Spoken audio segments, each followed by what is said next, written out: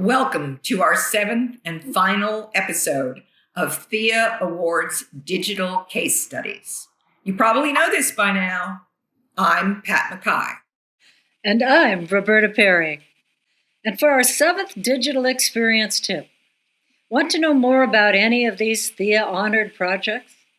Look for the virtual room called Learn More About the 26th Annual Thea Awards. All 7 of these case study episodes will be available on demand for the next week.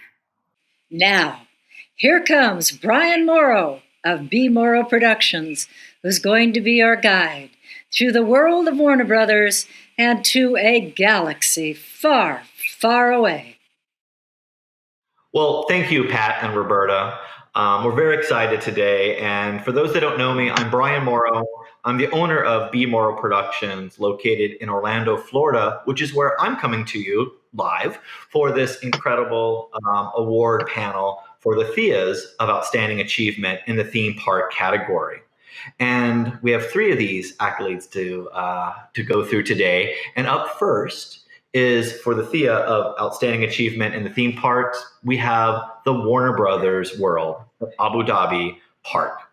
And with us today, we have 2 incredible gentlemen that are joining us. First, we have Glenn Davidson. He's the theme park advisor for Morale. And we also have Dave Cobb, the park-wide creative director for Think Well. So welcome, gentlemen. Thank you so much. Thank you, Brian. Great. Hi, guys. So I'm going to give the floor to you so you can share with everyone your incredible achievement for Warner Brothers World Abu Dhabi. Thank you, Brian. I'd like to start off with a little video that shows you how the park came together.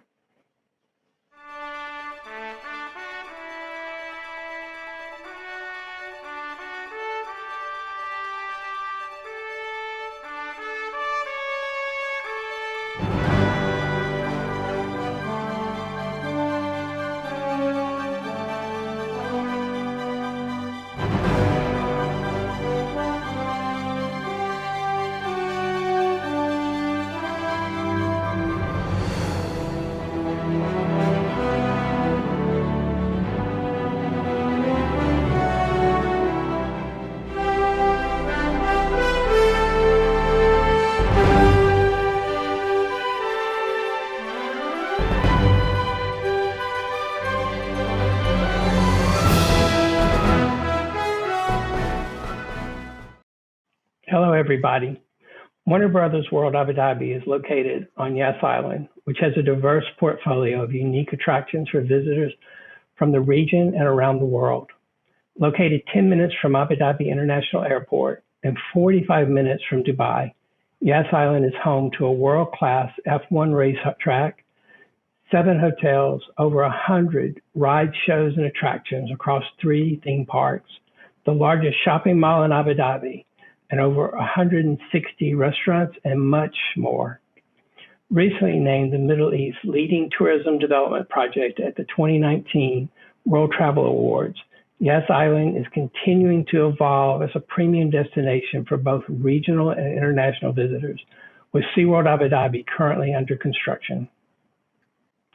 Our Morale chairman, Mohammed Khalifa Al-Mubarak, has been a lifelong comic book enthusiast and actually calls himself an extreme fanboy, citing that he believes comics were created to try to showcase as much goodness and humanity as possible. We can take that as a metaphor of how we want to be and how to treat others. This original art was a gift to the chairman on opening day, created by the artists at Warner Brothers. The project began in Blue Sky Concepts in the late 2007. With full concept development underway in 2011, a groundbreaking in 2014, and full site production continuing through the grand opening on July 24th, 2018. A project of this scale and scope doesn't happen on its own. We are honored and humbled to be associated with the dozens of TEA member companies whose incredible talents help bring this park to life, not to mention the countless global subcontractors and on-site construction crews. With that, I'd like to hand off to Dave Cobb. Thanks, Glenn. A project of this scope always has some staggering statistics, and superlatives. 29 attractions in 6 immersive lands, over 350,000 frames of original animated media, over 10 hours of original soundtracks and music, 12,000 plus original graphic art elements created for the park, 7,000 pages of drawings, 2,300 pieces of camera-ready production art for the branding and theming around the park. And if you're wondering, it's an 1,100-meter circulation route that takes guests about 20 minutes. But of course, the most important superlative is from Guinness, who awarded the park with a Guinness World Record for world's largest indoor theme park at 1.6 million square feet. So where do you begin when you're designing the world's largest indoor theme park? It was clear from the beginning that this was to be a new kind of Warner Brothers theme park.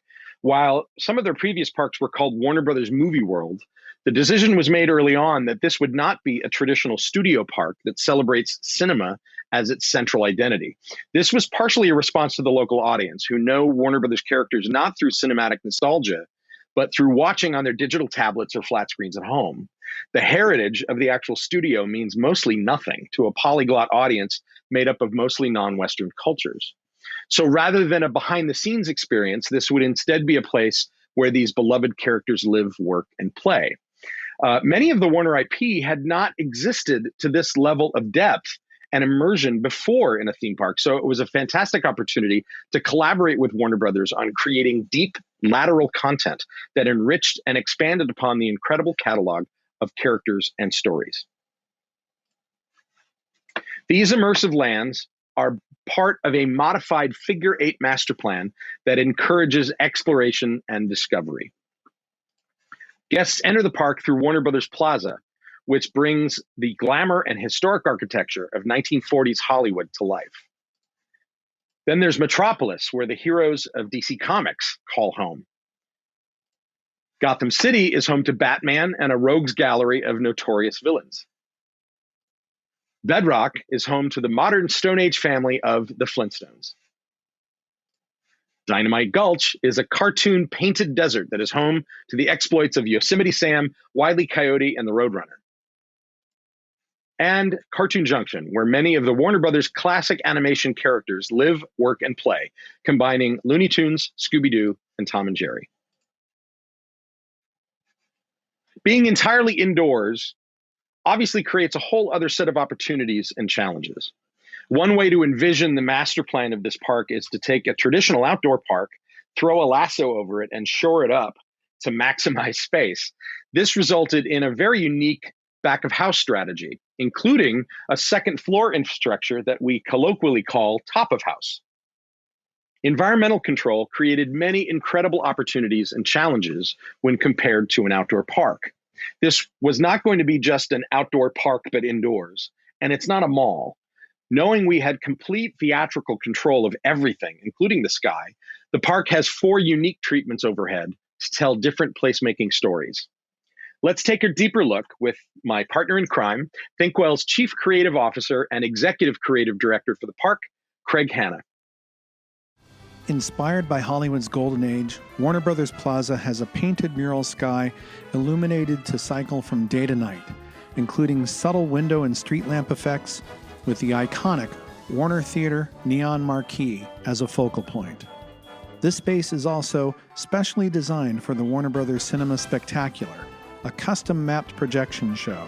Rather than a traditional nighttime show used at the end of the day, this show is a spectacular welcome and rope drop moment when the park opens. Metropolis features a similar covered sky treatment, but here it's an eternal magic hour to instill a spirit of hope and optimism in this city of the future. The facade lighting was designed to cast one side of the street in warm sunlight and the opposite side in cooler shadows, reinforcing the impression that the sun is setting just beyond the horizon. The darkly foreboding land of Gotham City is unique because it draws attention away from the unlit and unadorned ceiling structure. Careful lighting texture from neon signs and street lamps immerse guests into the dark streets as the skyscrapers appear to vanish up into the night sky. The 3 lands inspired by Warner Brothers' classic animation make guests feel like they have stepped into a cartoon. Light fixtures designed as puffy cartoon clouds fill a purple sky with the surrounding blue sky backdrop, creating a colorful world with bright, shadowless lighting, resembling the vividly colored and simple shaded aesthetic from classic 2D animation cells. With the various sky treatments as our backdrop, we started to build the individual IP worlds being created especially for the park. We'll start with Cartoon Junction, as it offers a great insight to the extensive amount of lateral content created for the WB brands.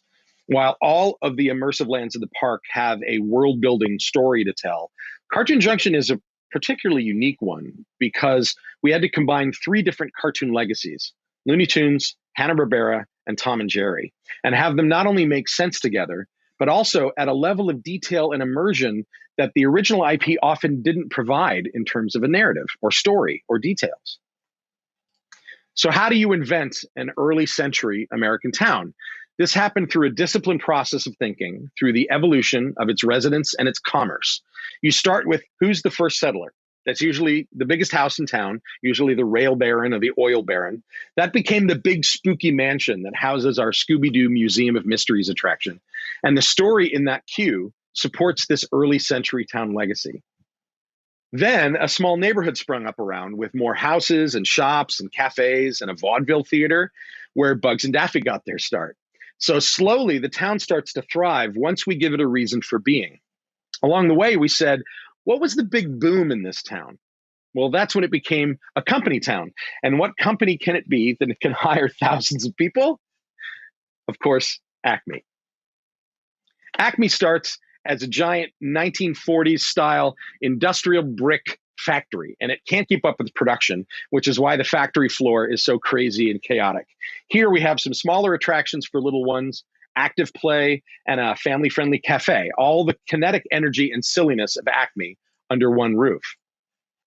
But then we thought, once Acme became a success and they started to make beyond just anvils and magnets, what did that business look like?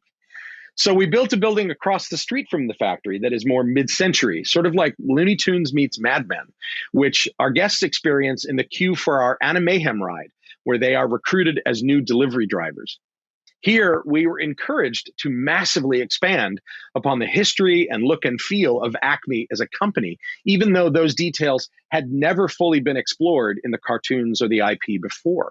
It was a close collaboration with Warner Brothers to create this highly detailed lateral content, bringing the world of Acme to life in a whole new way, which now has become a sort of extended canon within the Looney Tunes brand. But that's just one story of dozens in Cartoon Junction. Let's take a look at the other attractions. In Cartoon Junction, all roads lead to colorful cartoon fun. In the center is a custom carousel with hand-carved wooden figures of all the Warner Brothers classic animation characters. Town Square also features shops like Fudd Hardware, a hair salon, and Bistro Le Pew. Nearby is the underground home of Bugs Bunny, right next to the Vaudeville Theater where he got his start, alongside Daffy Duck, where they still perform today. At Tom and Jerry's Swiss Cheese Spin, guests queue through the duo's home at human scale, witnessing messy evidence of a cat-and-mouse chase that has just happened. As the queue slowly shrinks them to mouse size, guests discover Jerry's hidden lair, where the clever mouse is planning to steal all the cheese from the pantry, leading to a wild, spinning indoor family coaster adventure with giant-scale UV scenery and a crazy custom onboard soundtrack. The Spooky Mansion is home to Scooby-Doo and the Museum of Mysteries, a trackless family dark ride that recreates an entire episode of the classic animation series right down to the eyes in the paintings, the exciting hallway chase, and the inevitable unmasking. And I would have gotten away with it too if it weren't for you murdering kids. The high-energy Acme Factory offers fun family rides, food and active adventure, while the Animayhem attraction invites guests to be delivery drivers for Acme, delivering cartoon mayhem through all the different Looney Tune worlds, from the forest to the painted desert to Mars and back again, ending with a suitably operatic and catastrophic finale. Leaving the center of town, Dynamite Gulch is the first stop along a kind of Looney Tunes Route 66. anchored by Fast and Furious, which, by the way, is the title of the very first Wile E. Coyote and Roadrunner cartoon. This suspended family coaster has immersive theming, show scenes, and a custom onboard audio track, letting guests strap in to one of Wile's Acme rockets in a madcap chase to catch the Roadrunner. The last stop in our cartoon road trip ends up in the prehistoric surroundings of Bedrock, where guests can meet the Flintstones in a charming family-friendly river adventure. At the world-famous Bronto Burger restaurant, guests can order a Hugeosaurus, a cake-sized burger cut into slices that can feed a modern Stone Age family of 4. Across the park, the superheroes and villains of DC Comics call Metropolis and Gotham City home. Each offers a different take on the visual and environmental storytelling of these blockbuster brands. Bathed in a constant purpley magic hour sky, Metropolis is the optimistic city of the future, featuring the iconic Hall of Justice, the famous Daily Planet headquarters, and the Metropolis Observatory, 3 architectural icons of the city that house 3 blockbuster attractions. Leaving the majestic skies of Metropolis, guests enter the dark and grimy world of Gotham City, home to none other than Batman and the Joker's rogues gallery of villains. The sun never shines here, and the streets have a constant sheen of recent rain. Gotham City is actually split into 2 parts, suggesting a city in constant tension. One is a quiet older neighborhood at the end of a long-closed subway line, where the dilapidated Monarch Theater is a grim reminder of Bruce Wayne's past. But the shining beacon of Wayne Tech, renovated inside an old WPA-style power plant, is a subtle nod to the hopeful future of this troubled city. But around the corner is the abandoned amusement mile, once a beloved Gotham City oceanside hotspot, whose carnival-style thrills have been taken over by the sinister rogues gallery of villains as torturous tests of your stamina and sanity. Anchored by the Joker Funhouse, a recruitment test to see if you have what it takes to become one of the Clown Prince of Crime's henchmen. Let's take a closer look at the attractions of Metropolis and Gotham. Visitors to Metropolis can enjoy 3 blockbuster multimedia attractions. At the Daily Planet, guests experience Battle for Metropolis, an immersive adventure on the world's largest 3D 360-degree screen that puts them in the epic battle between the Man of Steel and supervillain Brainiac. Inside the Metropolis Observatory, Green Lantern takes guests on an exhilarating galactic odyssey, flying in the world's largest 3D dome screen.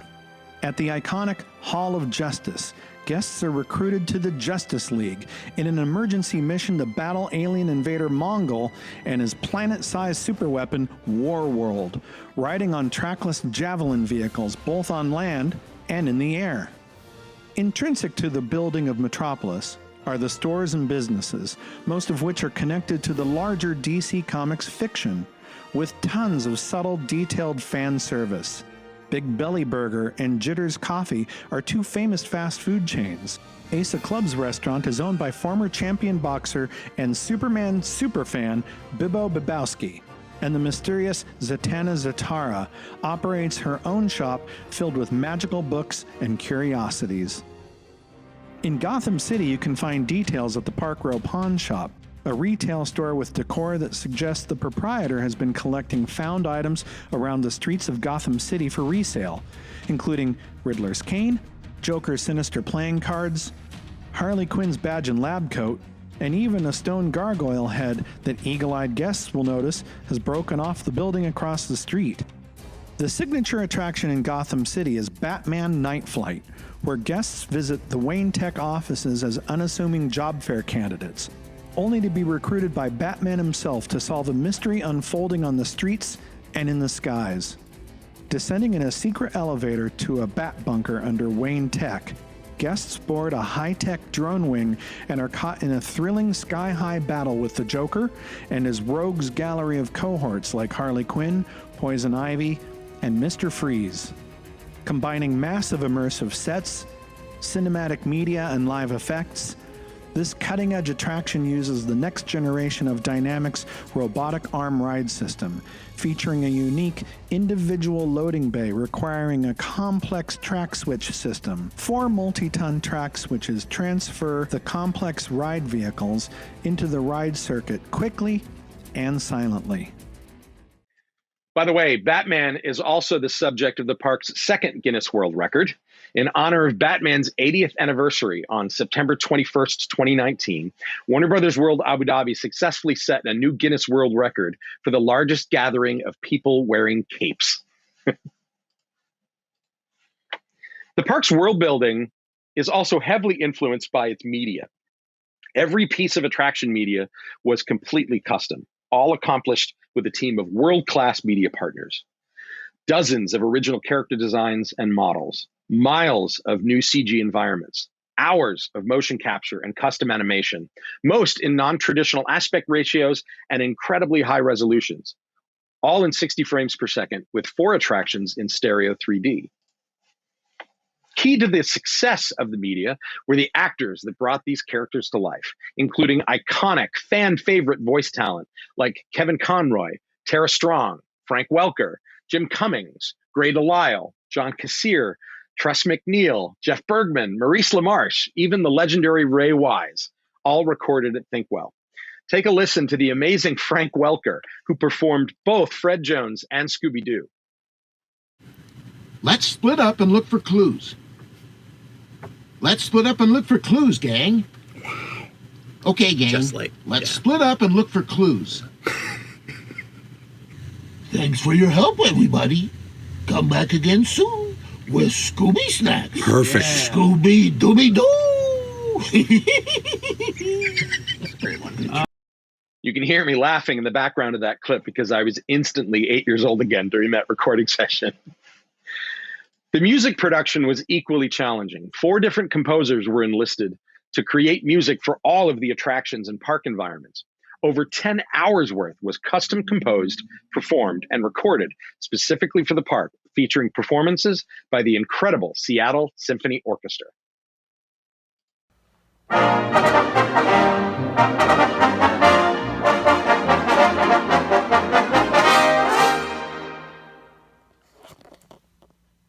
And that's all, folks. Well, that was fantastic. And thank you for sharing all the behind the scenes footage and the making of this incredible new theme park. I have some questions. You ready? Great. Yeah. So I find it really interesting, and probably our fellow TEA members will find this compelling. Not a lot of indoor theme parks, have been built in the world, and this is the world's largest. So let's talk a little bit about the design challenges of doing that. Now, in your presentation, you mentioned we didn't want to be a theme park that was just indoors. Maybe put a little bit more light behind sort of your design philosophy of how you avoided just being a theme park indoors, or I think you said being a mall. Right. Well, we did a lot of benchmarking. We went to see practically every indoor themed space in the world, along with Morrow and Warner Brothers, and we all sort of observed the positives and negatives.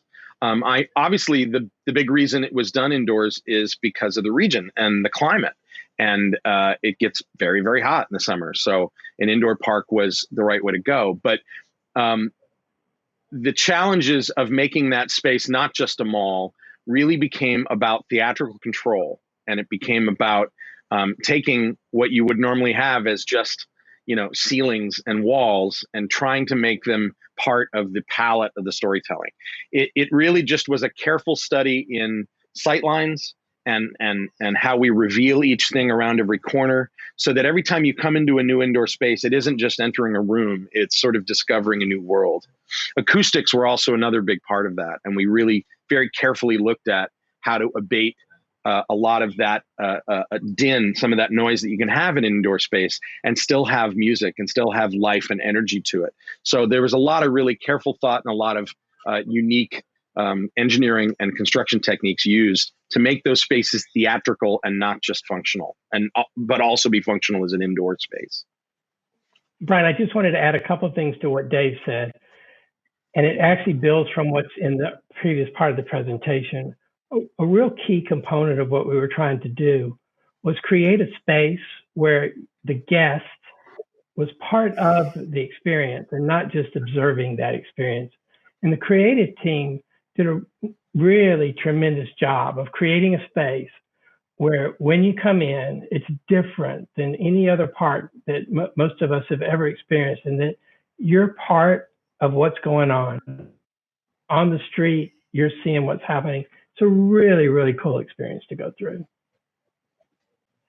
Yeah, you could tell a lot of thoughtful work went in before the first pencil hit the ground, just like the approach with the restraints or the benefits of having a completely indoor environment for the benefit of protecting from the weather, but using that as a strength.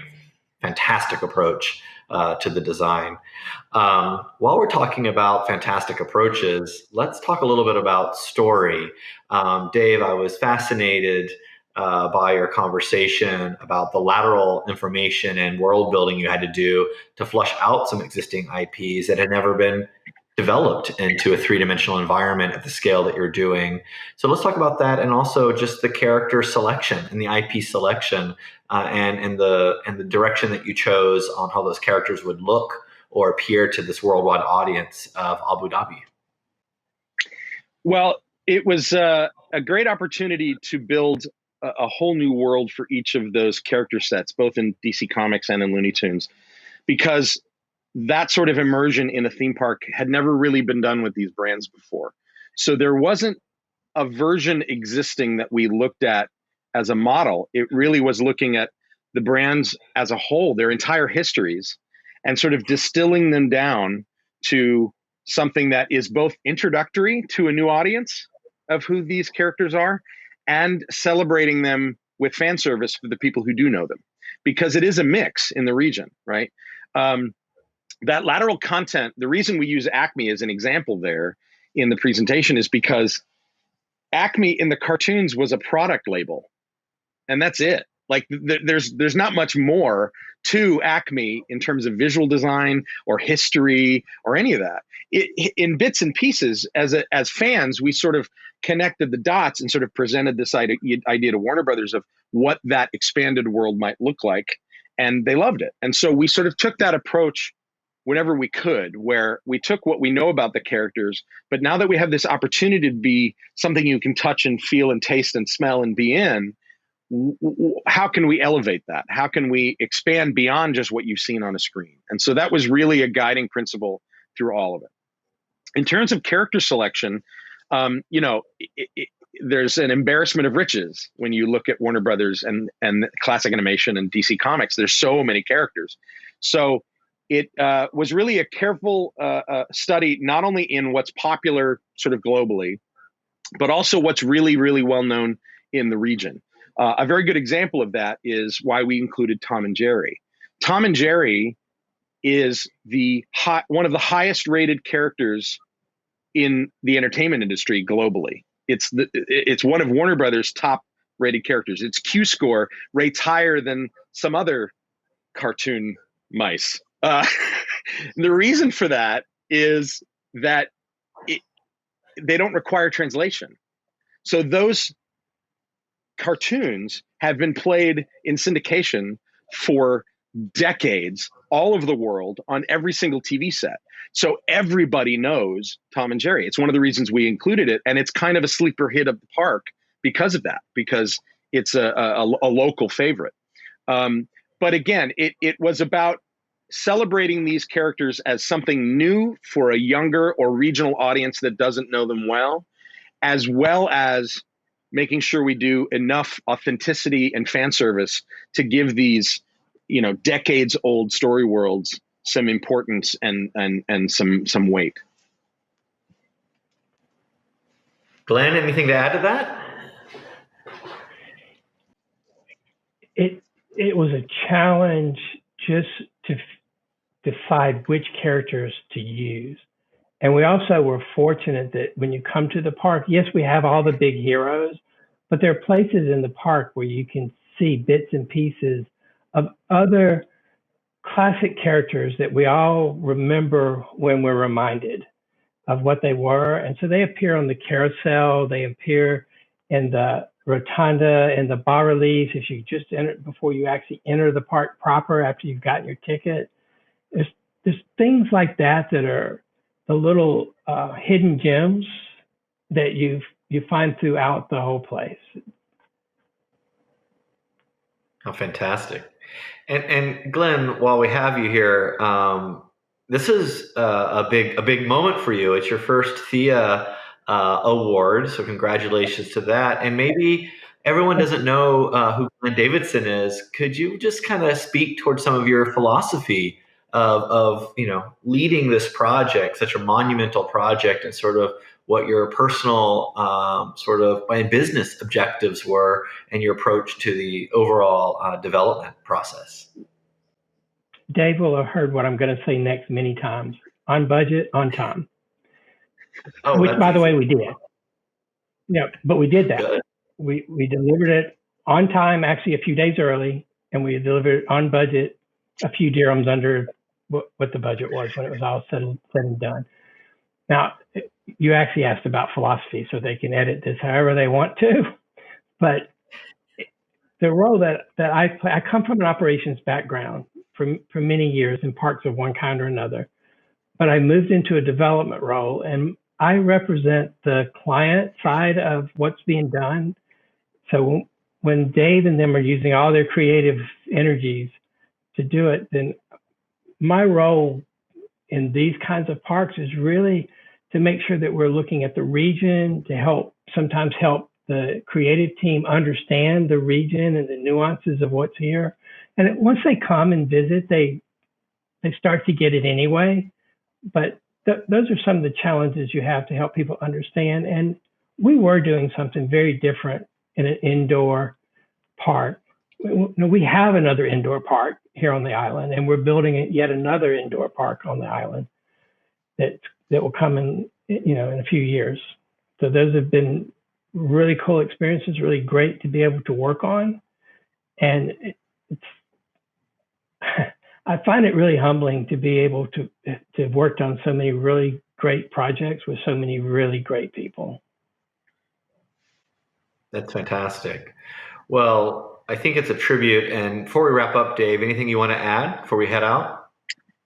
No, just that this was a 10-year labor of love for everyone involved, with a client, Glenn included, and Maral, that were so passionate about what this wanted to be, and so keenly aware of what it takes to entertain an audience in a theme park like this, and very aware of the brands. As you saw at the beginning, he's a DC Comics fanboy, and it was really rewarding to have that kind of creative partnership on a project of this complexity and scale, and we couldn't be more proud of it as a team. Well, thank you both, gentlemen. That was a fantastic presentation, and the care and emotion that you put into your design process certainly shows in the guest experience that you've delivered to everybody. So well done to you and all of your team. And also, I want to thank Glenn for mentioning all the TEA members and the wide breadth of other vendors and suppliers and builders and makers that helped bring the vision of the Morrow Group and under the guidance of Glenn and David.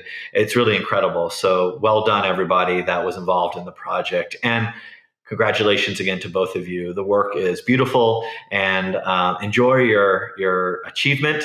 And hopefully everybody can come see your beautiful product soon. All right, everyone. That wraps up segment 1.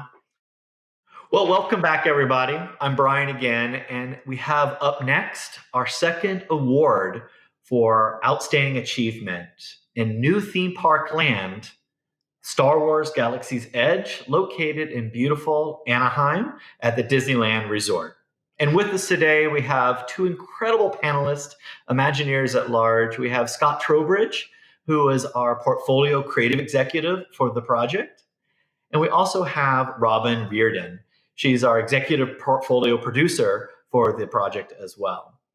And we're going to hand the floor over to these two incredible creators and makers of this incredible attraction and learn more about Star Wars Galaxy's Edge. Thanks, Brian. Thanks, Brian. So Star Wars Galaxy's Edge. I think to talk about this project, we have to start from the very beginning, which is with this guy, Walt Disney, who maybe more than anyone kind of pioneered what our current kind of conception of a theme park is and built Disneyland, which is one of the two homes for Star Wars Galaxy's Edge. And all of the things that Walt Disney wanted to do at Disneyland, and we still do today at our Disney parks and resorts around the world, and certainly at Imagineering, is create this idea of immersive storytelling. And for Star Wars, it's no different. We wanted to build a place that felt like you could fully immerse yourselves in the world of Star Wars. And when Lucasfilm joined the Disney company in 2012, this became something that we felt like we really, really could do a fantastic job of making a place that connected you with these stories in a way that was deeper than you'd ever been able to do before. And that is what became Star Wars Galaxy's Edge. I think probably, though, to tell the behind-the-scenes story to this audience, to the TE audience, we probably need to even go a little farther back to a galaxy far, far away. And specifically, I mean to Anaheim, California in 2015 at the D23 Expo when we first announced this project. Actually, when this gentleman, Bob Iger, first announced this project. We'd already been working on it since 2014, but when Bob announced it, at the D23 Expo, he gave us one overarching goal, which was to be ambitious with this project. And I think that that's something we took to heart. But we wanted to create a set of guidelines, if you will, kind of the creative guideposts that kind of like drive the project. And the first was to build a place that felt truly authentic. It felt like you were truly walking into the worlds of Star Wars. And so this meant that if you wouldn't see something in one of the movies, you probably shouldn't see it in our land. We wanted to have that kind of pure authenticity. And if we wanted you to have a real, authentic kind of emotional connection to the place, then we needed to build a place that felt like it was real enough that you could kind of invest emotionally in it. We also wanted to make sure that we weren't exposing the seams, that we were making this a truly immersive place. It wasn't just Star Wars if you looked over here, but not if you looked over here. And that meant attention to detail. That meant making sure that we were trying to hide the seams as much as we possibly could. We also wanted to build a place that somewhat sat to the side of the kind of Star Wars canonical timeline. As an authentic place, everything that happens inside Galaxy's Edge is true in the world of Star Wars. And so we wanted to make sure we were building a place that could not only be true today, but could also be true tomorrow.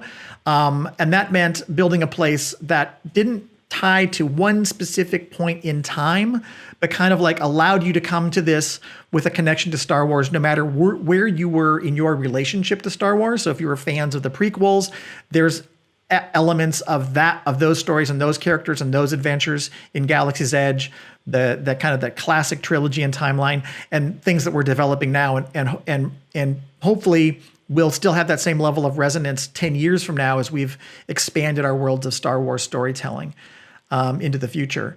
We also wanted to take that Star Wars storytelling and connect what happens here in Galaxy's Edge to the rest of Star Wars. So whether that's in virtual reality experiences, in games, in the streaming content, in films, publishing, consumer products, etc., it all connects into one big Star Wars ecosystem. So again, it all feels true and it all feels real, so that your emotional response can feel true and real.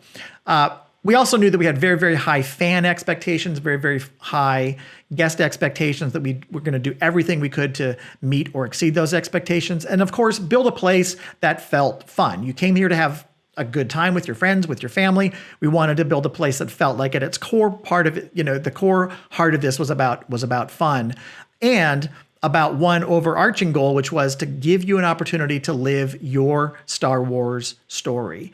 Now, obviously, early on, you can imagine the conversations we had about, Tatooine or Hoth or Dagobah, all these classic places that we have seen in Star Wars storytelling in the past. But for us, from the very beginning, we said, no, we don't want to do that. We don't want to recreate or remind you about someone else's story. We all know Luke's story on Tatooine, and we know that we're not a part of it. So we wanted to build a place that felt like it was the perfect stepping off point for your adventure, a place that filled rife with opportunity, rife with possibility. And so he created this place called Black Spire Outpost on the planet Batuu, which we felt would be the best stepping off point for your Star Wars adventure. So once we knew what we were going to build, then we had to put a team together to make it happen. So we decided to build Black Spire Outpost at Batuu.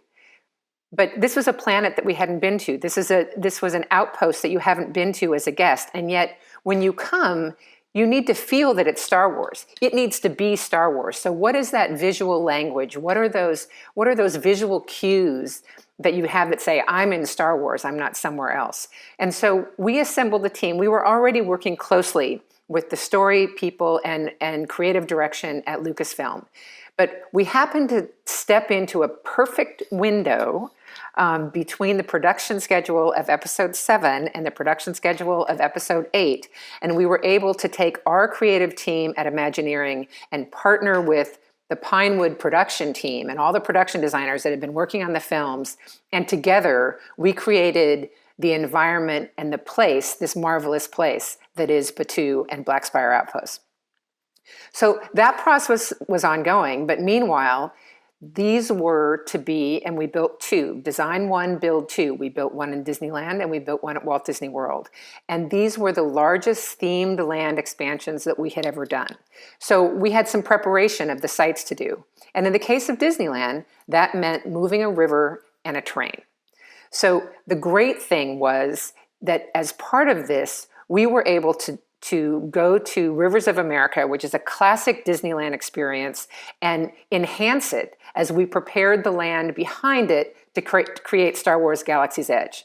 Small trivia fact, once we did that, it's the first time that the train has ever made a left-hand turn. One of my favorite trivia facts. So then it was time to actually start construction. So we had cleared the land, we had made room for this amazing outpost and planet that we were going to build, and now with a little help, we got going on construction. So construction began in both sites in 2016. It was an incredibly complicated project. We have a design team primarily based in Glendale. We have 2 full construction teams on 2 sides of the U.S. How do we keep all of those people connected? Design is still evolving. Things are coming out of the ground while we're still finishing some of the show design and some of the integrated system design. So we developed very integrated digital tools, both for modeling, for input, and for pre-visualization of the show elements and the ride elements within those buildings. So, conduit, I sometimes think there is as much underground at Star Wars Galaxy's Edge that there is above ground. How we know, or somebody knows, what one of those conduits goes to the other, I have no idea. But the modeling, the digital tools that allowed us to move this forward were really incredible. And we leveraged and built on relationships that we've had. We have parks around the world. And so we used and leveraged the vendor base and the relationships that we had around the world. We often said that the sun never set on production while we were building Star Wars Galaxy's Edge. We were in China, we were in the UK, we were in Florida, we were in California, we were everywhere around the world. And we built cool stuff. We built spaceships, and we built some dark spaceships, and we built new ride systems. Yeah, in fact, we actually built some of this required not just building, but also R&D. So in the case of Galaxy's Edge, we actually developed and engineered brand new types of trackless ride vehicles and trackless ride communications. We also leveraged and enhanced our performative robotics with our audio animatronics and pioneered the latest generation of Disney's audio animatronics technology for Star Wars Galaxy's Edge. And then some stuff that was maybe more experiential. We knew we wanted to deliver on this classic Star Wars idea of blue and green milk. But what does blue and green milk taste like? Well, that's a whole other R&D exercise to kind of finalize the recipe and the makeup of something we've only seen on screen to date, but what it actually tastes like and what it feels like. And then I think to Robin and I, this is actually maybe one of our more favorites. We had the difficult job of trying to figure out what all of the cocktails and concoctions that Oga would serve at the cantina. It's hard duty, Robin, right? Attention to detail is what really brings this all to life. And we were willing to put in the time. Yes.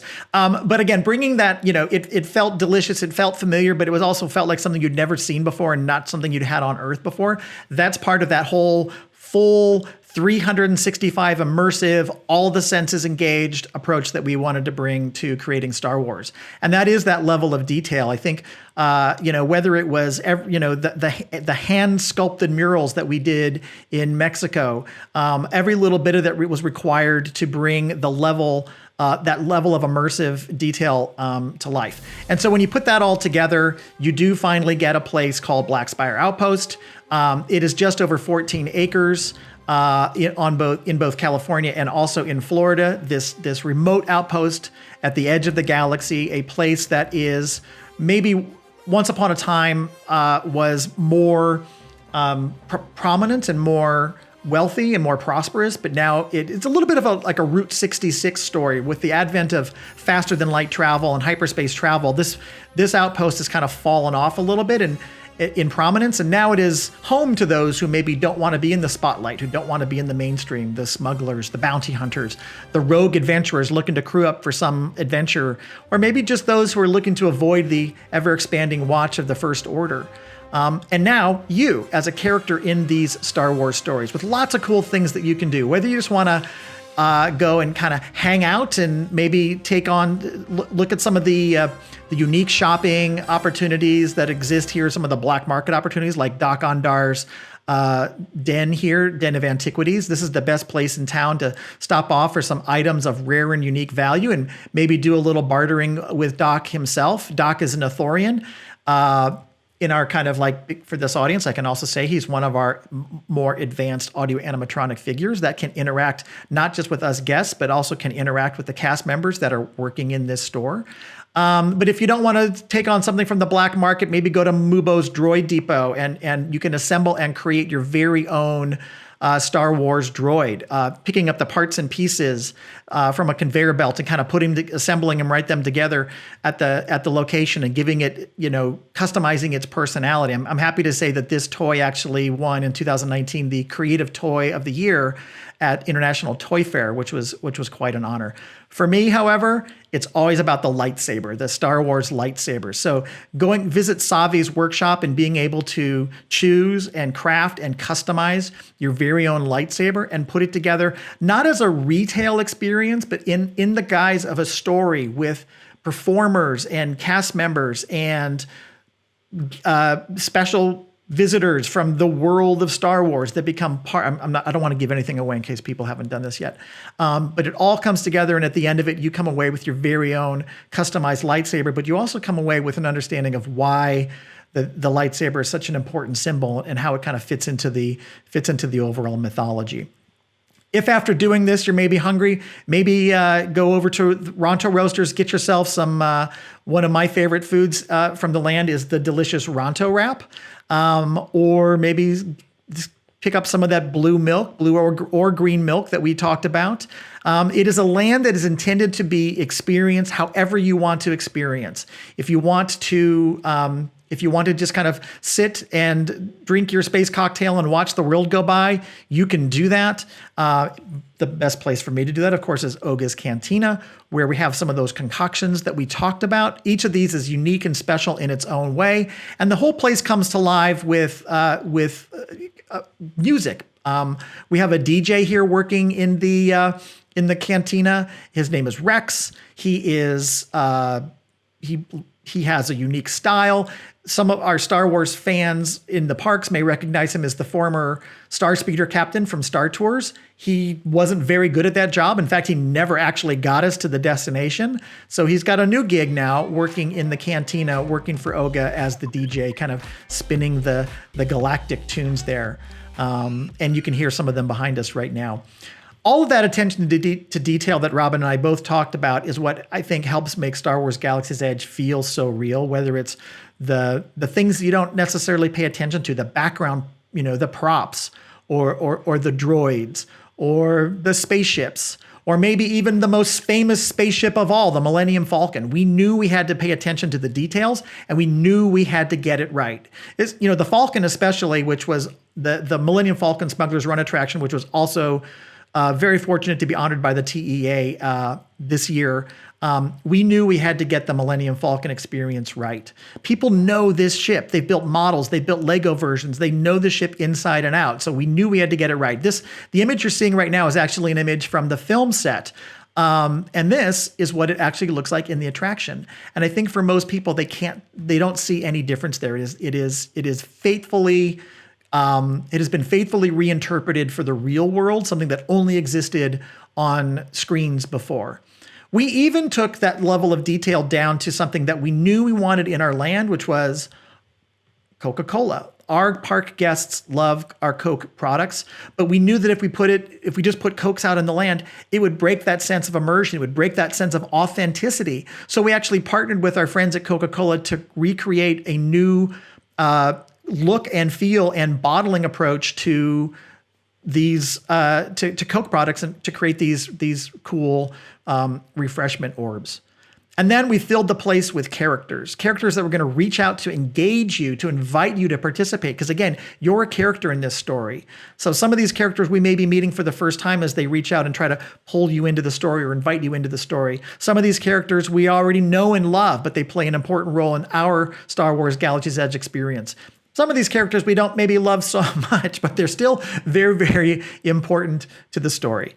And then across all of this, we layered a digital component with the Star Wars Datapad experience, which invites you to go deeper into the story, to connect deeper with some of the characters, to have a persistent story that plays out across the entire land and across multiple visits to the land, bringing basically the stories to you, into your pocket. And of course, we have our big anchor attraction experiences. I mentioned Millennium Falcon Smugglers Run, which I won't go into too much detail here because I know there's going to be another session just on this, but the opportunity to engage with this guy, Hondo Ohnaka, our favorite space pirate, and get into the cockpit of the Millennium Falcon. Our flight crew, our pilots, our flight engineers, our gunners sit behind that cockpit, touch those controls. There's over 200 buttons and switches in the cockpit. They all have some kind of an impact. And when we say that you're flying the spaceship, the Millennium Falcon, we really mean you're flying it. You're in control. It's a massive real-time system that takes your flight crew's input and uses that to drive the adventure, the mission you're on. Of course, we'll always end up coming back to our home planet of Batuu, where if we choose to even go more into the adventure, if we leave the outpost and we go out into the forest outside the village there, that's where you find the Resistance encamped. And this is the home for our second major attraction experience, Star Wars Rise of the Resistance. Now, this experience teams you up with some of your favorite Star Wars characters on a mission that puts you in the middle of an epic battle between the First Order and the Resistance. I think this is one of the biggest attractions we've ever built. It's maybe one of the biggest ride attractions anyone's ever built. But it is definitely, it has that epic scope and scale that makes it Star Wars, including going inside and outside the building and multiple, scenes and almost multiple acts. You could kind of think of it as we go from our hidden resistance base on the planet Batuu, inside a troop transport with Lieutenant Beck and some other resistance heroes. Spoiler alert, this does not end well for us. We end up being taken prisoner by the First Order. We end up on board a Star Destroyer, including this full-size hangar bay, and we find ourselves in the middle of this epic battle between the First Order and the Resistance, and even coming face-to-face with this character, Kylo Ren, who definitely has some anger issues and is definitely not somebody we want to be facing down. And to survive this encounter, we're going to have to gird together, become heroes of the Resistance, and see if we can win the day. That kind of storytelling, we also expanded to well beyond the berm, if you will, well beyond the confines of what we built in the park, to build out that storytelling, to expand that storytelling, to add rich, deep backstories to all of these characters, to help keep that idea of Star Wars storytelling not as a specific moment in time, but as a whole ecosystem of new Star Wars experiences. And we haven't even finished yet. We're under construction right now, building new Star Wars experiences that are part of the Galaxy's Edge kind of ecosystem, including a new, hopefully innovative approach to experiential entertainment, which instead of putting you in the world of Star Wars for a couple of hours, puts you in the world of Star Wars for a couple of days. And that is our new Star Wars Galactic Star Cruiser experience that's currently under construction in Florida. Of course, to make any of this happen, it takes a village to create a galaxy, and this project is no different. While it started off with just a handful of people, this project team grew to over 4,000 people that have touched this project. And many of them are TEA members. Many of them are part of the vendor community that makes up the TEA. And we are so incredibly grateful for all the effort that everybody at the TEA put into this project. We're grateful to the TEA for recognizing this project and for everybody who helped make a little bit of Star Wars Galaxy's Edge happen and making my 7-year-old dreams come true. When you put it all together, it's kind of fun. It kind of looks like this.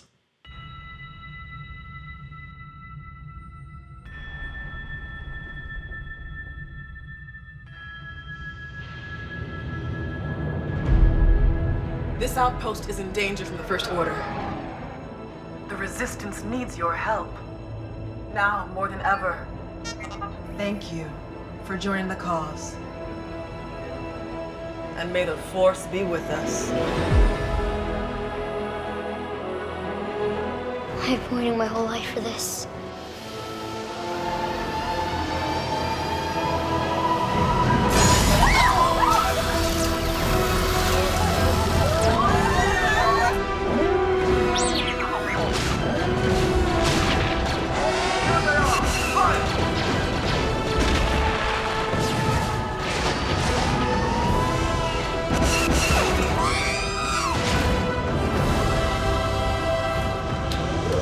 Ready? Are you?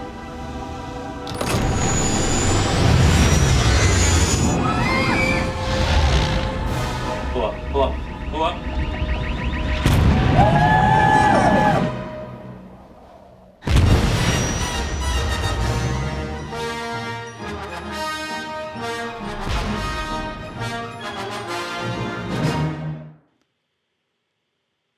So once again, thanks to the TEA for this incredible honor. We are so happy that we were able to share a little bit of this behind the scenes look with everybody. And we can't wait to invite you all to come to Black Spire Outpost and to Star Wars Galaxy's Edge to live your own Star Wars story. And as the locals there say, they don't say goodbye, they say till the spire. So until we can see you in person on Batuu, till the spire. Till the spire. Wow. So that was incredible. And I've been a guest of the Star Wars Galaxy Edge a few times, and it's always nice to learn all the amazing details behind it. And I wanted to start by asking one that I'm fascinated with, because you used words, Robin and Scott, like creation, invention, worldwide production teams, visual effects, even like moving rivers. Had to be accomplished to pull this together, and then you did it twice. So I'd like to just talk a little bit about, like, when was the moment and how was that decision made that, yeah, we can do this twice, design once, build twice. We can accomplish this impossible feat with all the other things we have to do in this groundbreaking project. Well, I'll start with that. It was part of the brief from the very beginning. It was always going to be in 2 sites. And I think it was that this was such an ambitious project, as Scott said, and that we were challenged to do. And we knew that the fan expectation was going to be huge. And so we wanted to get it to as many guests as we could when we opened. So that was the design 1, build 2. And interestingly, as ambitious as that is to have 2 full-on construction sites going at the same time, there was also at the same time some tremendous efficiencies. So early on, we were partnered with both parks and the operator, our park partners, and agreed that, okay, building codes sometimes are different in Florida than they are in California. We've got earthquakes in California and hurricanes in Florida. We're going to decide which one is the most stringent, and we're going to build to that. So because we knew that it was going to be more inefficient to design two different things.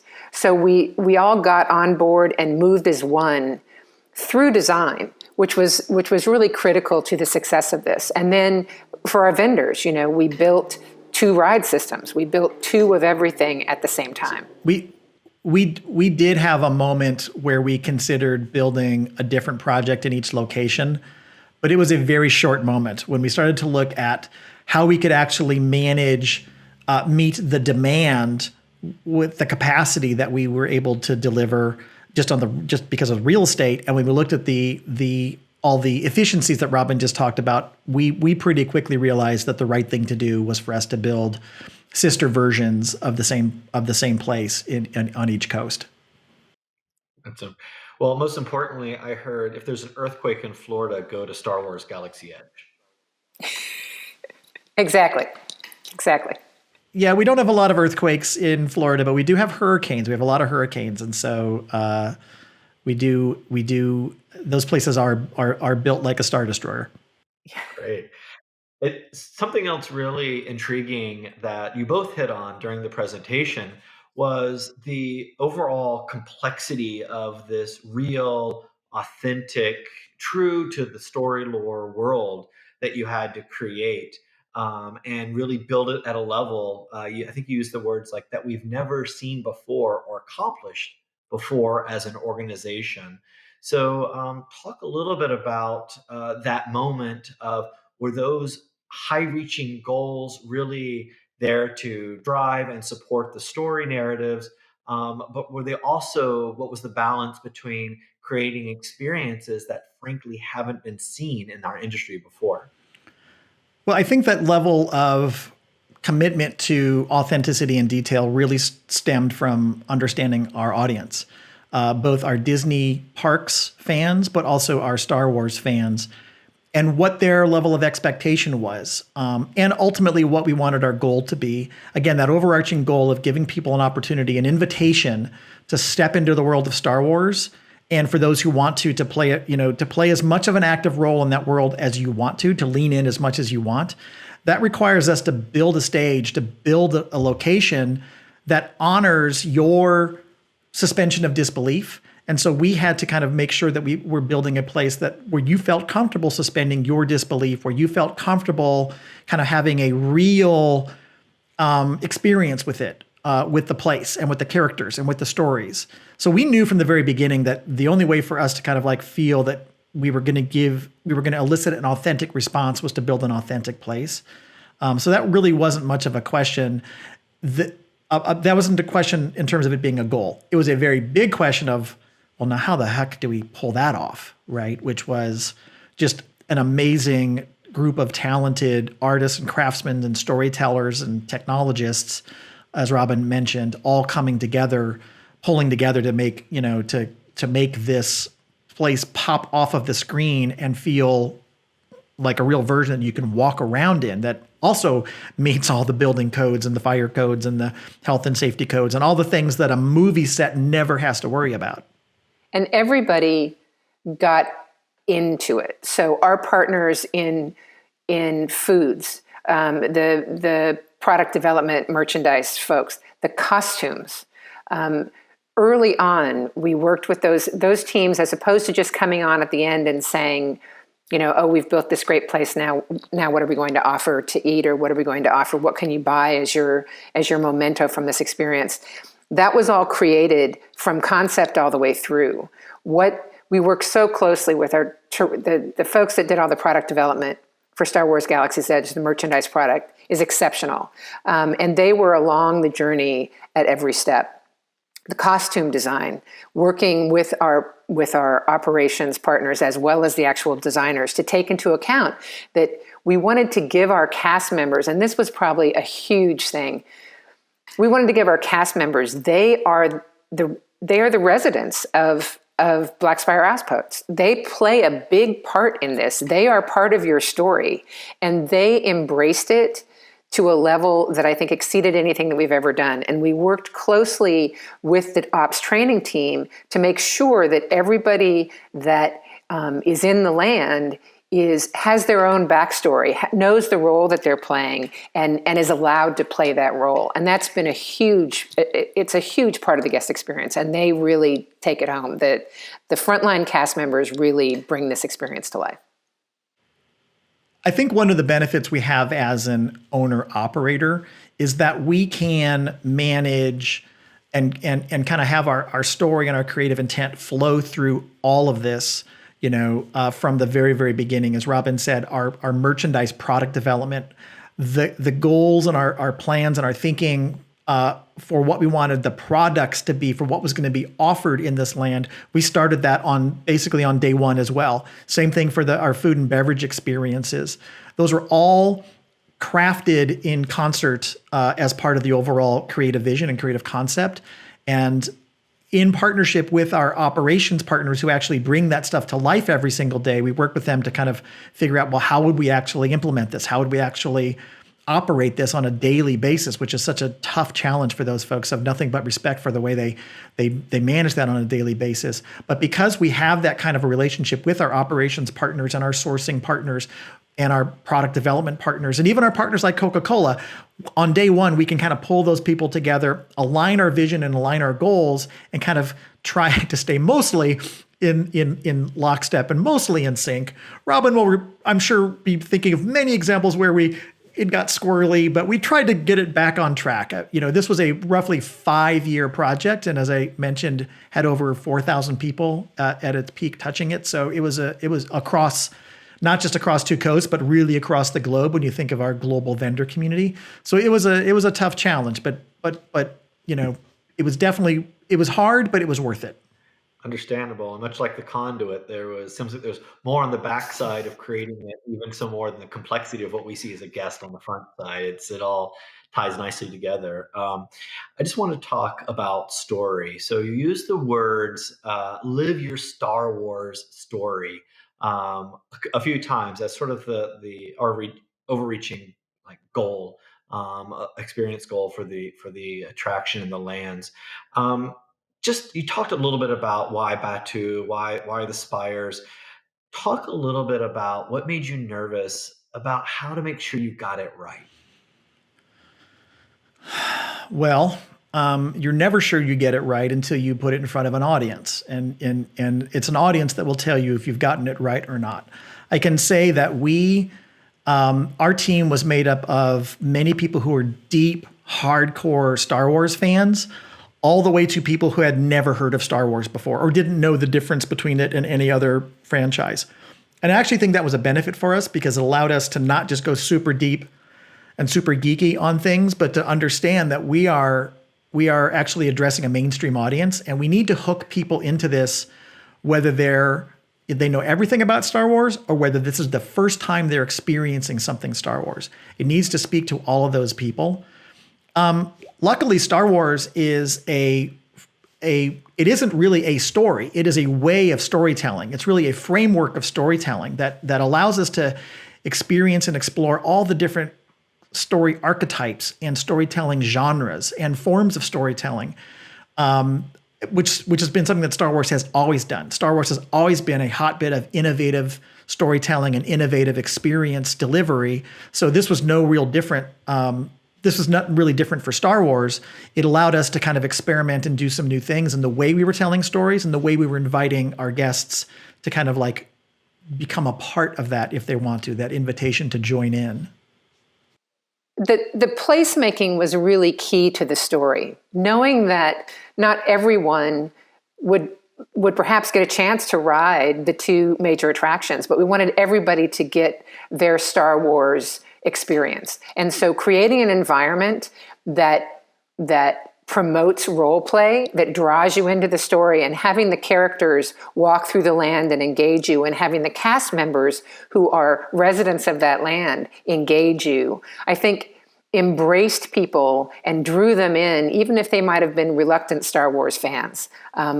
We see it every day with people that guests that participate and get drawn in as the characters walk through. And I think that was a big part of the success. Wow. Well, I have 44 more questions, which we won't have time today for.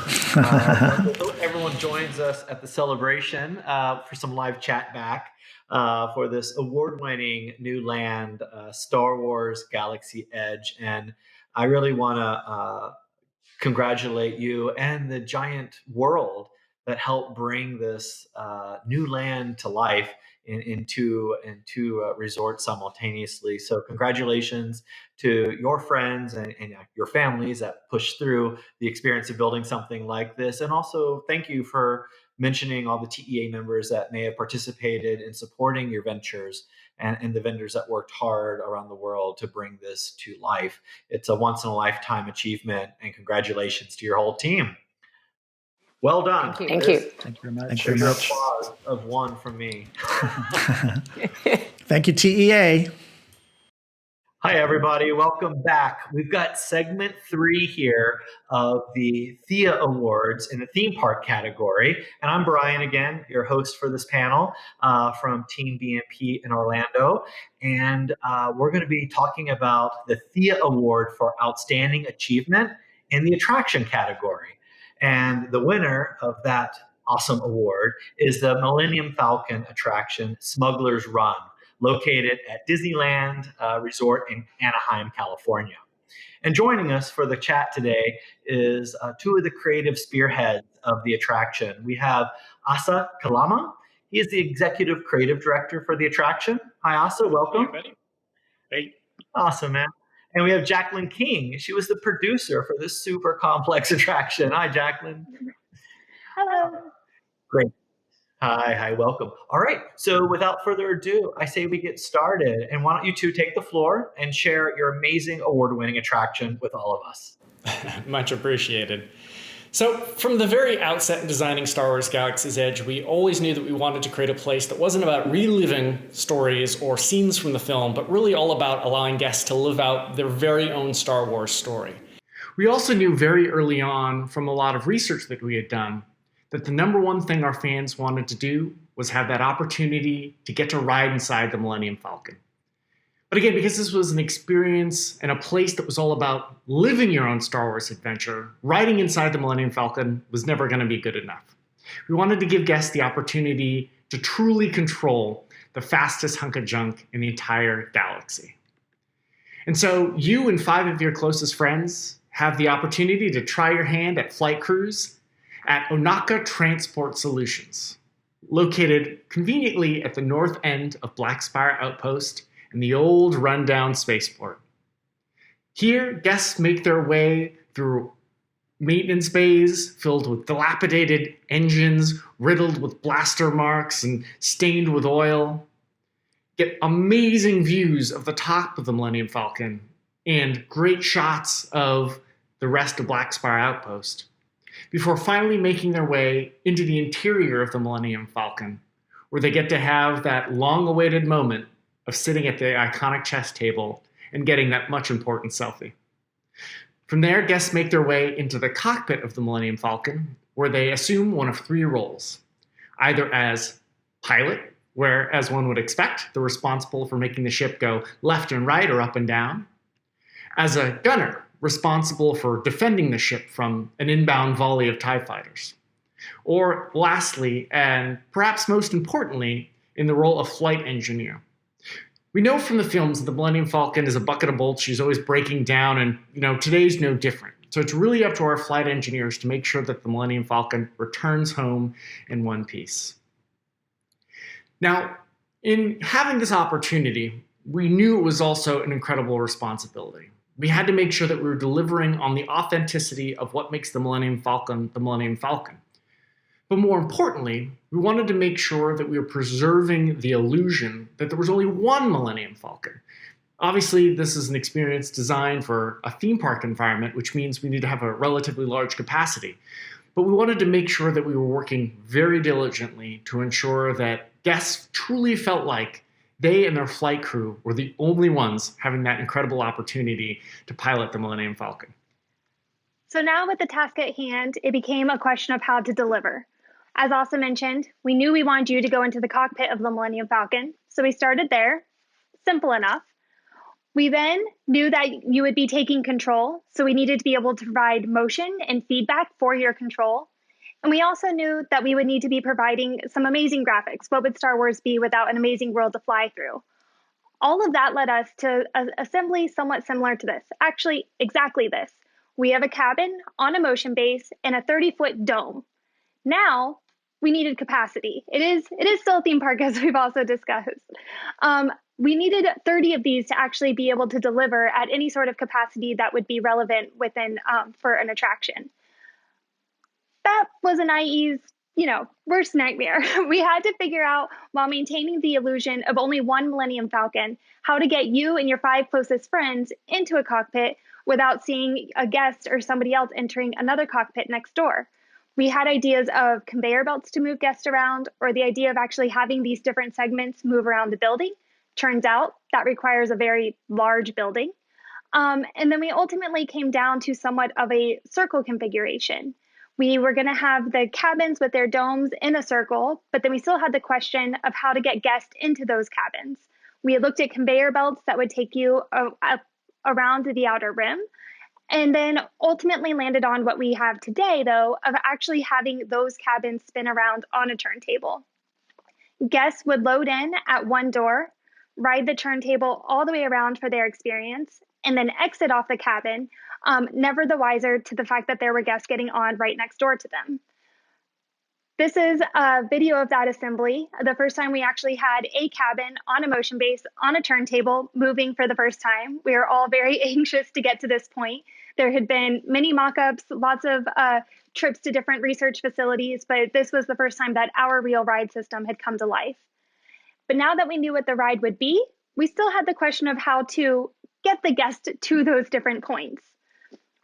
We had looked and done a lot of different studies of actually still delivering on having guests walk up the ramp through the chick-lit hallways and then enter the cabin from that point that we know from the films.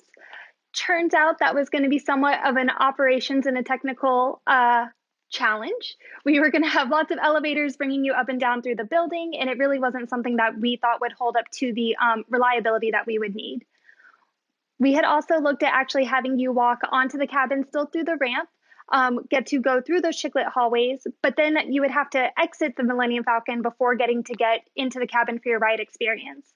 From a creative perspective, the story just wasn't quite as cohesive as we wanted it. It didn't really tie the feeling of stepping onto the Falcon, then stepping onto it again later. So we ended up here. This is the attraction as we know and love it today. With the Millennium Falcon up front, you get to see her as you walk up, but then you go through the attraction before actually entering one of 2 chest rooms within the building, and then taking those same hallways that you know and love from the interior of the ship before going into the cockpit to take control. Now that we had the building sorted out and a great ride system in place, we next turned our focus to bringing the Millennium Falcon herself to life. Now, guests first encountered the Millennium Falcon in all her glory, parked right out in front of that spaceport. This, the first time the Millennium Falcon has ever been rendered in its entirety anywhere. So even though we had access to the same drawings that were used to build the sets, again, those were always incomplete because they maybe only built a segment of the ship or at most half. So we used this with reference along with the incredibly detailed Industrial Light and Magic model. This model had a ton of really great reference in terms of paint treatment, dings, dents, blaster marks, and the all-important graphics and decals that give the Millennium Falcon her iconic character. We took this as a starting point and used that to build up our own very detailed 3D construction model of the Millennium Falcon. Again, working very hard to make sure that we're capturing all of the detail, all of the various plant-on elements and pieces of GAC that give the Millennium Falcon that ever-important character. One of the most iconic and also challenging elements for us is an area that we call the Greebly Band. This is sort of that collection of bits and bobs and pieces that live on the mandibles, those two forked sections sticking off of the front of the ship. Now on set, these are actually literally pieces of found garbage in many cases. The production crew would go to old airplane boneyards and hot glue, duct tape, together this beautiful sort of collage that only had to look fantastic for that one, great shot on camera. Obviously, for us, we're dealing with a very different environment, one where we need to make sure that our Millennium Falcon can stand the test of time. So even though when looking at the Millennium Falcon, you might think what you're looking at is found objects, what it really is painstakingly 3D modeled pieces of GAC that are then routed, tooled, molded, and then hand sanded down to create the illusion of something that looks like it just came right off the scrap heap. All that stuff goes together in these larger assemblies, and then ultimately those assemblies get bolted together. They're all built on a rich foundation of super robust primary steel. Now, one of the engineering challenges we faced was the fact that the Millennium Falcon really only has 7 points of contact to the ground. So our engineering team did a phenomenal job in creating a structure that had the ability to support that incredible cantilevered load. Attached to that primary steel is obviously our secondary steel, and then to that ultimately the fiberglass hull that skins the ship. And here again, this is a true testament to our amazing show set vendor and our absolutely phenomenal paint team that was able to take what is really only 4 millimeter thick fiberglass and make it feel like it's big, thick, armored plating. Now, another unique opportunity we had with the Millennium Falcon is we knew that it was going to be one of the last elements that we were going to bring to site, and something that we wanted to make sure we had the ample time to do justice to in terms of the paint treatment. So we actually pre-assembled the Millennium Falcon in its entirety at our show set vendor shop, so that way we could get the paint job to like a 98% complete level, so that really all we had to contend with was touch up and tie-in in the field. So we were able to stand back and review the Millennium Falcon in all her glory long before she ever came to site. And again, because we didn't just build one Millennium Falcon, we were building for two coasts. For a brief moment in time, there were two Millennium Falcons parked side by side. A truly spectacular sight that sadly I fear will never happen ever again. But for all of those of us who had an opportunity to see it, it was a truly, truly spectacular thing to behold. So that was the exterior of the Millennium Falcon. Next, we turned our attention to the interior, again, making sure that we're capturing all that rich sense of detail and storytelling that we know that our fans and guests would expect. Yeah, absolutely. The chess room is one of those places that just resonates as home within the movies. You always see your favorite characters there, and we wanted to make sure that we were representing that just as equally for our guests coming into the attraction. We also had drawings. They were awesome and amazing. They unfortunately aren't quite built for building code. The actual reality of bringing in sprinkler lines and HVAC and, even height restrictions is a pretty tight space for some of our guests to come through. We had to remodel all of this with our vendors, integrating a level of facility coordination that's just unparalleled. That still blows my mind. Unparalleled. There was so much work that they did, lining up everything, holding those chess rooms together within the building, and making sure that we didn't hit anything. As Asa kind of calls it, it was truly building a ship in a bottle. There were areas where we were truly coordinating down to the inches. We were actually doing scans of the facility through construction to make sure that we were maintaining our tolerances. There are still a speaker box or light box here and there that had to be trimmed down once we got to site. But ultimately, I think it came together beautifully, really delivering still on all those details we expect. That also still left the cockpit. This is where all of the action and you actually get to take control. So bringing that to life was just as important as all of the other elements of the Millennium Falcon. The amount of detail and coordination between show and ride in this was truly amazing. All of it was detailed out, making sure that every button was pressable, making sure that it also met all of our ride standards. Though the cockpit of the Millennium Falcon is not the safest place in the world as it is in the film, so we had to kind of come back through and recreate all of those while maintaining the essence of her by actually making sure that she was ride safe. led to a level of ride and show integration that was truly amazing to watch come to life. So the final piece to the puzzle is the beautiful imagery that our guests see on their smuggling adventure. Now, this was a unique challenge for us because this being an attraction where the guests are truly in control of their experience, that meant that all of the media couldn't be pre-rendered, right? All of it actually had to be rendered in real time, which is a little bit challenging when juxtaposed against the expectation of, near cinematic quality and an incredibly high level of detail and resolution, both temporal resolution and spatial resolution. The other thing that sort of compounds the challenge is the fact that the Millennium Falcon also happens to have an incredibly wide field of view. It's almost 60 degrees up and another 10 degrees down. So that meant creating an imaging system that guaranteed that no matter where a guest pointed the Millennium Falcon or where they turned their head, they would still feel like they were looking out into the infinite vastness of space. So to accomplish this, we built a projection system built around 5 projectors, all running at 50 frames per second with 3K resolution. This was an incredible technical feat that was literally impossible when we started this project 5 years ago.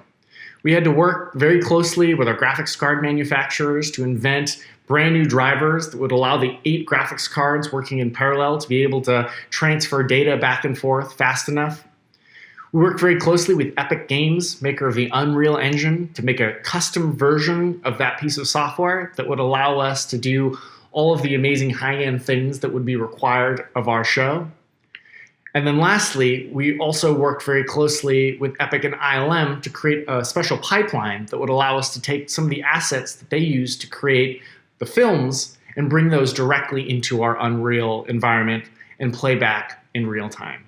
This was an absolutely phenomenal feat of engineering, and we can't possibly thank the amazing team that worked on this nearly enough.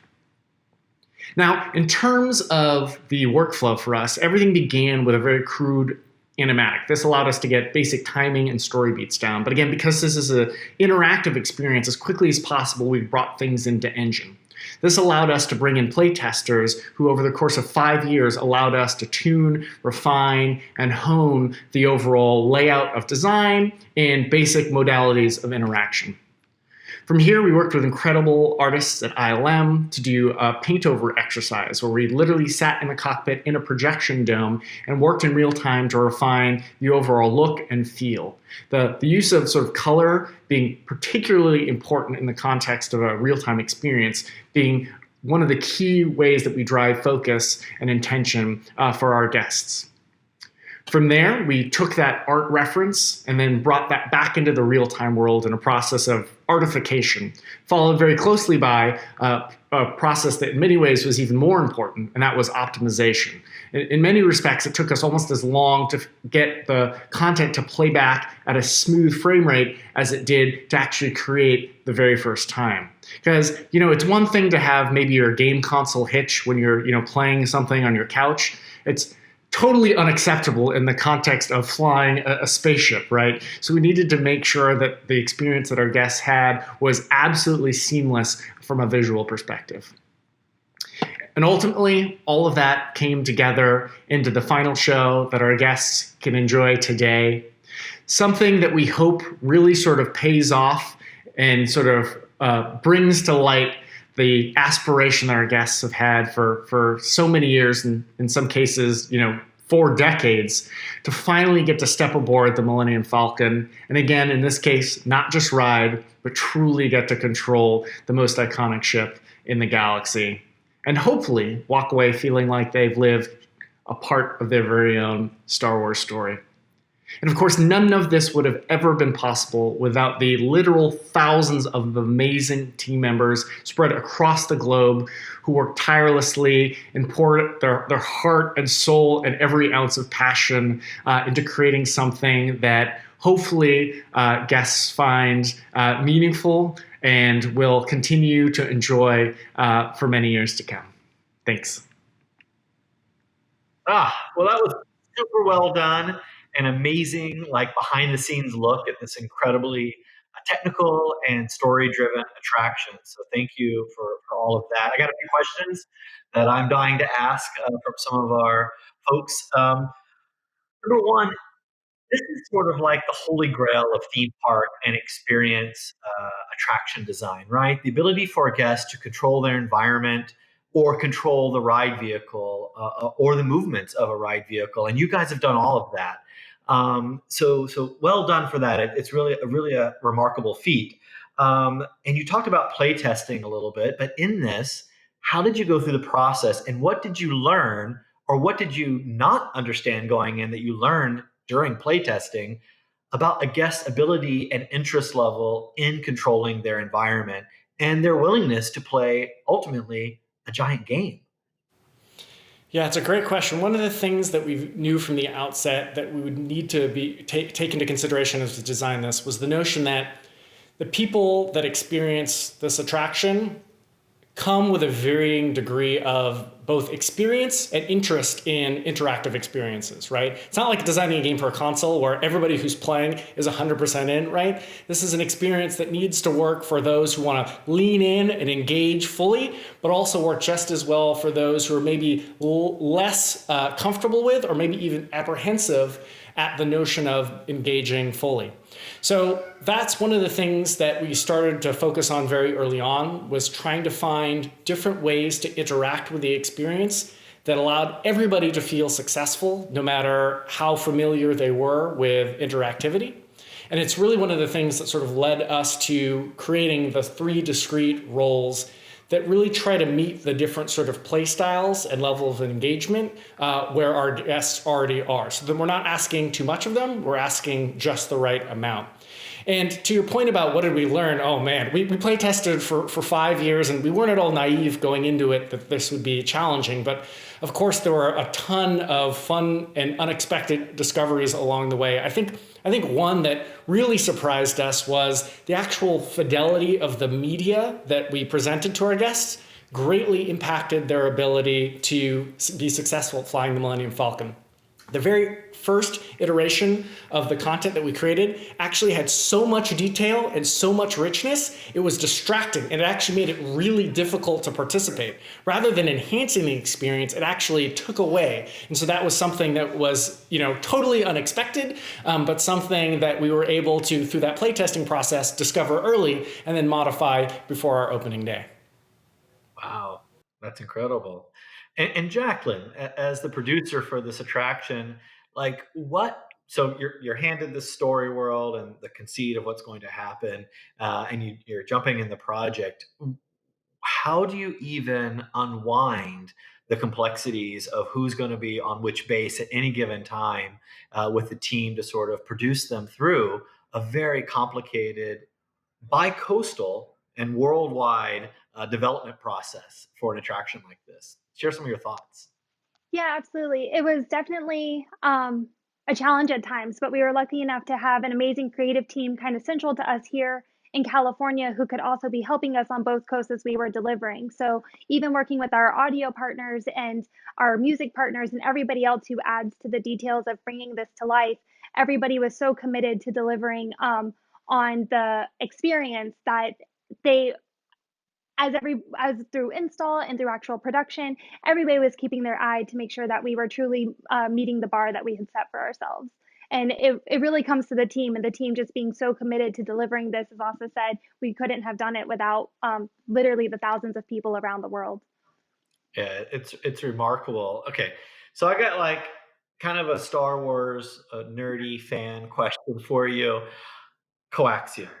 Where did it come from? Why is it there? And how did you come up with this new goal of smuggling this coaxium materials around? Yeah, so coaxium actually comes to us from the Solo film, but we didn't actually start there. One of the unique challenges that we had working on this experience is that when we started working on Millennium Falcon Smugglers Run, there was no episode 7, there was no episode 8, there was no episode 9, there was no Solo, there was no Rogue One, right? We didn't have any of those new stories yet. We knew that we wanted to be able to explore some of the worlds and environments from them, but we didn't yet know what they were. So we actually started to create the sort of bones and structure of what we thought would be a really great adventure. Again, sort of hearkening back to the old sort of Western tropes and themes that, is iconic to Star Wars. And so we settled in on this notion of a train robbery very early in. And then coincidentally, when we went to the cinema and saw Solo, we came to discover that there's a train heist in that film too. And the sort of MacGuffin, the thing that they're trying to get in that film is coaxium. And so there was this perfect sort of union of storytelling that was happening, in the film with what we were trying to accomplish. And so that's sort of how we arrived at what we gather today. Great. And what's really interesting is the depth of story world that was created specifically for Star Wars Galaxy's Edge. And of course, Smugglers Run plays a major role in pushing that story along. Can you share some insights as to what you believed and how you integrated with the overreaching story world of Batuu and what was happening between the resistance and the locals and the folks that live there? What is Smugglers Run's role? What is that attraction's role in that story world, and how did you build up that story world within this individual attraction? Yeah, we actually started when we first set about creating the sort of attraction mix for Star Wars Galaxy's Edge. Rather than start from a place of specific narrative, we started from a place of sort of aspirational role play. What are characters and archetypes that people might want to inhabit? And then what are some of the iconic elements of Star Wars that make Star Wars, right? And so we knew that, there's one flavor of Star Wars that we have to represent, which is the sort of epic sort of galactic struggle between the light and the dark, between the resistance and the First Order.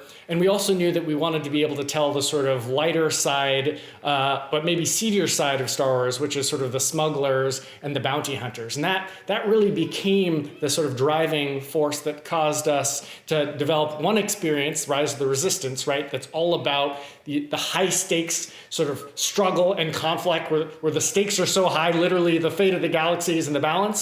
And then design the Millennium Falcon as the counterpoint to that, which was by design meant to be much more lighthearted, where the stakes are much, much smaller, right? And hopefully people feel like they have permission to, smash the ship, ding it a bunch, right? Maybe bring it home on fire and not feel like they've let down, the fate of the entire galaxy. So it was really started first from that place of making sure that we had a really nice balance and blend. And then once we anchored on the types of stories that we wanted to tell, then we worked really closely with the Lucasfilm Story Group to again make Star Wars Galaxy's Edge and Millennium Falcon Smugglers Run not a recreation of or a interpretation of the Star Wars canon, but truly part and parcel, on equal footing with any movie, any book, any TV show. Fantastic. I really think it's Go ahead, Jacqueline, please. Go ahead. Our operators too, they bring so much life and character into the land and how they really take on their own role. I think one of my favorite moments is the operators actually know how well you did or how on fire the Falcon is, because let's be honest, it's always on some amount of fire. And you come off and the operators have completely snaggled their hair and they're like, well, that was a bumpy ride. And I think the level of life that they bring to the land is definitely a whole new level. Well, I can tell you, as a multi-flyer on Smugglers Run, it is always on fire when I'm anywhere near that ship.